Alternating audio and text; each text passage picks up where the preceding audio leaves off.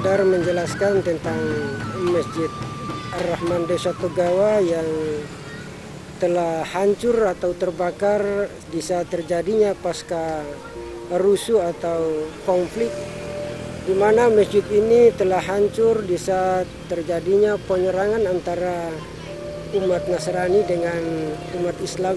Pada tahun 1999, tanggal 27 Desember, kami tinggalkan karena pecahnya rusuh.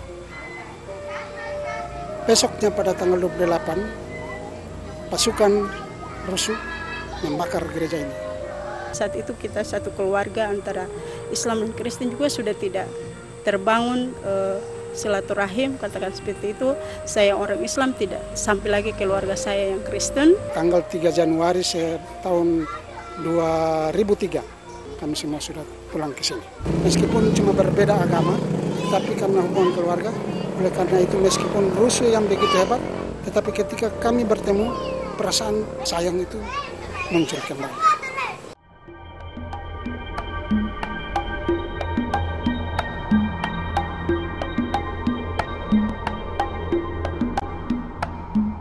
Konflik ini kan ibarat api ya, jadi kalau segera tidak kita lakukan klarifikasi kalau ada isu-isu yang berkembang, saya dengan Ibu Eton langsung dengan teman-teman lain langsung saling berkomunikasi, kita turun bersama-sama untuk melakukan klarifikasi atas informasi yang salah, sehingga tidak terjadi konflik yang lebih besar lagi.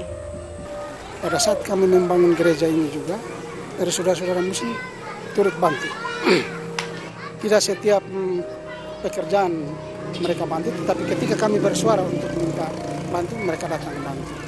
Dalam hubungan kerjasama antara kami masyarakat muslim dengan Nasrani dalam membangun masjid dan gereja yang ada di Desa Togawa setelah terjadinya pasca rusuh ini, kita sudah kembali damai, hidup bersama-sama, membangun desa kami untuk menuju ke depan yang lebih baik. Pada saat mereka resmikan gereja ini, itu yang membawa lonceng gereja untuk menaikkan di atas gedung itu adalah bersama-sama dengan saudara-saudara dari Muslim.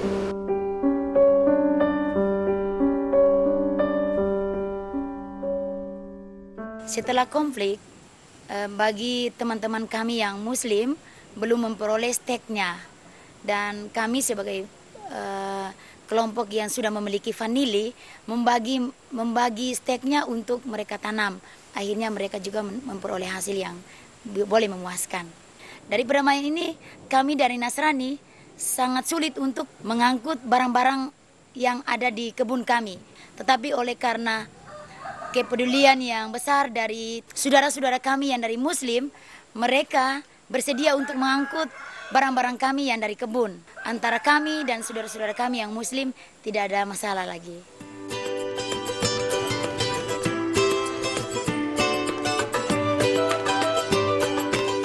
Waktu 2001 tidak ada di sini, yang ada hanya waktu itu Beni, itu pun belum terlalu stabil. Semua bank keluar dari daerah ini.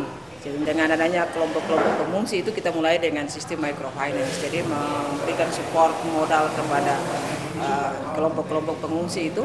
Dari keseluruhan anggota itu sekitar hampir 50%, 50-50 perempuan dan laki-laki. Kami yakin bahwa pembangunan ini hanya bisa dilakukan melalui pemberdayaan masyarakat, karena masyarakat yang harus melakukan pembangunan itu sendiri. Ibu Eton terlibat di dalam itu semua, Ibu Eton. Kemudian perjuangannya itu sangat kuat karena dia waktunya itu bisa sampai 24 hanya untuk melakukan pekerjaan, melakukan sesuatu, apalagi ke masyarakat. Jadi kalau orang pas ke Ternate, lalu mereka tanya di sana di Halmahera Utara ada organisasi apa, LSM apa gitu, mereka langsung, oh Ibu Eton.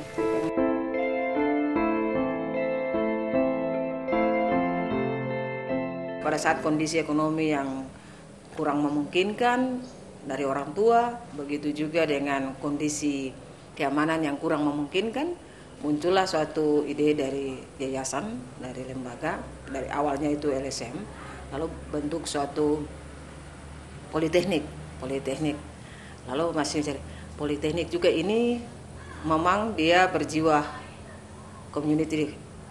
Jadi sebenarnya obor juga itu obor perdamaian, itu bisa diartikan sebagai obor perdamaian, juga Politeknik Perdamaian Halmahera juga bagaimana menyatukan berbagai komunitas ini untuk bisa satu ruang, semacam satu ruang untuk bisa berbagai komunitas bisa belajar di sini di Politeknik.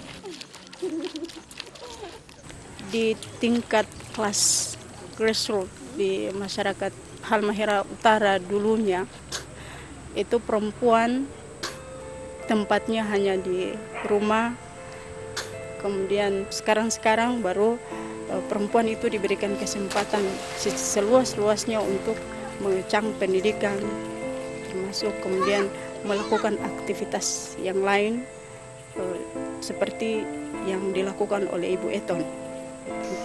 Jadi dari situ saya pikir dia memang punya semangat untuk berjuang bagi masyarakat sangat besar. Dan saya kira mungkin dia satu-satunya yang menjadi sekarang ini jadi tulang punggung kami untuk urusan pemberdayaan ini. Dia sangat giat di situ. Ya. Seorang yang kerja keras, dapat dipercaya.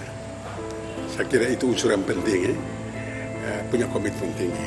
Sampai saat ini juga, apakah pemerintah lokal maupun pemerintah di tingkat nasional, mereka masih sulit untuk mari perempuan secara bersama-sama untuk membangun perdamaian itu. Mereka masih kurang melibatkan itu. Padahal sebenarnya itu perempuan yang sebenarnya yang pada saat konflik mereka yang paling merasakan dampak dari konflik itu sendiri. Dan sebenarnya perempuan itulah yang dia juga mampu mengatasi apakah persoalan ekonomi. Ini adalah salah satu kemajuan yang sangat luar biasa, khususnya perempuan Halmahera Utara. Dan sekarang ini yang masuk nominator, saya pikir itu sudah satu langkah yang maju, sehingga perlu digalakan terus ini, yang kegiatan-kegiatan seperti ini sehingga bisa tercover 1 tahun mungkin berikut lagi. Begitu banyak nanti pemimpin perempuan yang akan maju untuk menjadi agen perdamaian.